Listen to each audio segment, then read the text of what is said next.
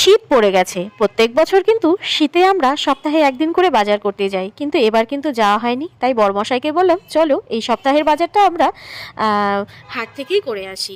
আসলে কি বলো তো, শীতের মধ্যে কিন্তু অনেক ভ্যারাইটিস সবজি পাওয়া যায়, তাই আর লোভ সামলাতে না পেরে বরের সঙ্গে চলেই আসলাম আজকে হাটে। আর এই দেখো কত টাটকা টাটকা শাক সবজি পাওয়া যায়। ও একাই আসতে চেয়েছিল, কিন্তু আমি বললাম তুমি একটা জিনিস আনবে, নয়তো একটা জিনিস ভুলে যাবে। আর এই যে সবজি কিনতে কিনতে এই যে পাশের দোকানে দেখলাম কি সুন্দর শুটকি মাছ। জানি জানি অনেকেই নাক ছিটকবে, কিন্তু আমার কিন্তু শুটকি মাছ ভীষণ ভালো লাগে। শ্বশুর বাড়িতে তো কেউ খায় না, কিন্তু আমি যখন মামার বাড়ি যাই আমার জন্য কিন্তু মামা শুটকি মাছ এনেই রাখে। এই যে শাকসবজি কেনা হয়ে গেল, এবার কিন্তু আসলাম ফলের দোকানে।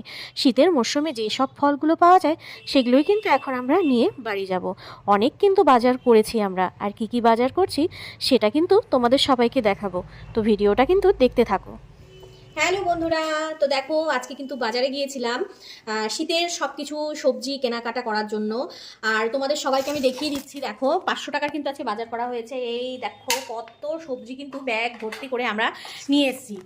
আর আর কি কি এনেছি সেটা কিন্তু তোমাদেরকে দেখাচ্ছি। এই দেখো পেঁয়াজ কলি, এখানে কিন্তু 10 টাকার পেঁয়াজ কলি। হ্যাঁ, আর তারপরে এনেছি এই যে গাজর, তারপরে এখানে আছে টমেটো, এখানে আছে সিম, তারপরে এখানে ক্যাপসিকাম, আরও অনেক কিছু যেগুলো লাগে। আর এই যে ফুলকপি, বাঁধাকপি সব কিছু কিন্তু 10 টাকা করে। সত্যি শীতের সময় কিন্তু মানে সবজিপাতির দাম কিন্তু অনেকটাই কম। আর এই দেখো এই আপেলগুলো কি সুন্দর কিউট না, ছোট্ট ছোট্ট আপেল। তো এগুলো কিন্তু আমি এনেছি। তো এই তো আজকে আমার এইটুকুই বাজার হয়েছে। তো পরে দেখা হবে নেক্সট কোনো ব্লগে। টাটা।